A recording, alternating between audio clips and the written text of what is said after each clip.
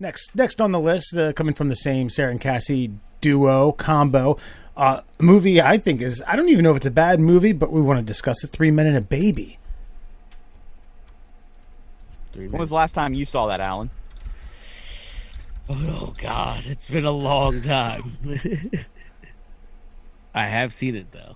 Again, so we're talking about good, bad movies, and I know that Rotten Tomatoes isn't the end-all, be-all of movie critics and movie ratings, but it did get a 76 on Rotten Tomatoes.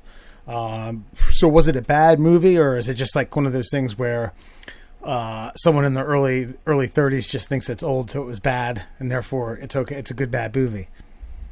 Okay, well, 1987, so I think that's probably the case. You got to remember, this is like peak Steve Guttenberg. This is peak Ted Danza. This is peak Tom Selleck. And they got this like golden late 80s trio together to put a movie. And it was a good movie. And here's the thing.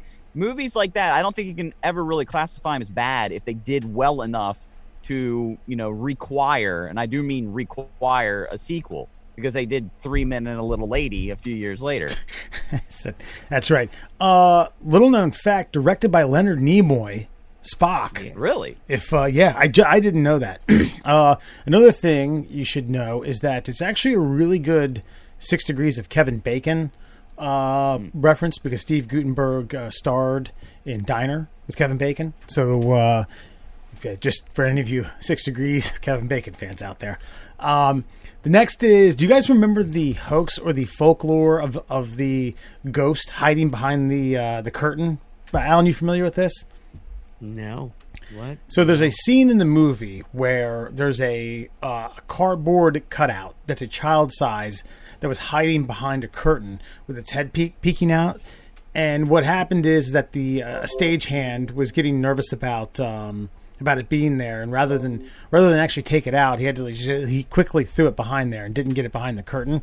So it's peeking out during a scene. So someone created this total myth that a child died in that same apartment before they filmed, and that's his ghost.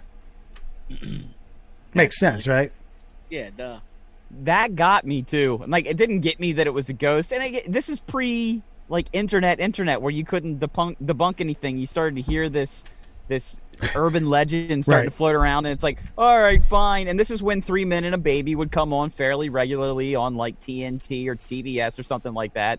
And I can remember, like, it was late at night. I'm like, oh, I think this is the scene where the dead kid shows up. And then you see it, and then you're freaked out and afraid to go in the kitchen to grab a beer for like 20 minutes. Yeah, so it definitely gives you the willies when you see it, no matter how fake you know it is. I can't remember how many times. Like, I can't. It's probably countless amount of times that I wanted to tell some dipshit that I went to elementary school with. Like, it's not a fucking ghost, man. It's not.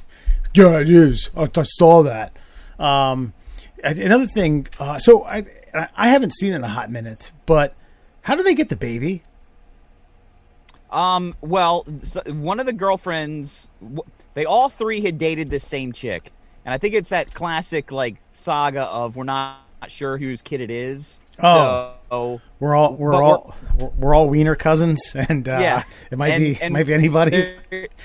And they were all friends anyway, so it was like, rather than figure this whole thing out, let's just raise the baby together. Does that make sense? And it's not weird at all. But none of them want to be the dad. Then they end up falling in love with it, and they all want to be the dad. Was there a dad at the end? Did they anoint? Was there a DNA test? Was there some sort of penis swab going on?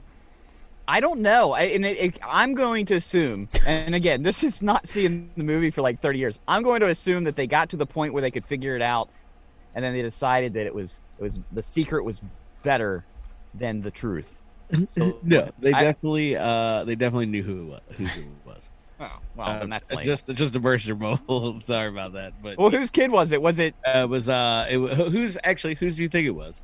I'm gonna say I want it to be Tom Selleck's kid because he seems like the better dad, but I'm gonna say it was Guttenberg. No, it was neither. It's Ted Danson's. Yeah. Yeah. Spoiler alert. Yeah, buddy. In case you haven't seen it since 1987. One thing it for you. That super Sam Malone sperm just blasting in there. Yeah, dude. The one thing I did learn from that movie, and it's a scene with Tom Selleck reading to the baby, and he learns that he can read anything that he wants as long as he reads it in a calm and soothing voice. And he's reading a Sports Illustrated, and then it's like, and then George Foreman threw a vicious left hook, which split the eye open of Evander Holyfield. Ooh, he would not come back from that. And it was beautiful, and I did that with my own child when it came time to start reading stories at night. Very nice. Grossed 168 million in the United States and Canada, and 72 million overseas. Bit of a success.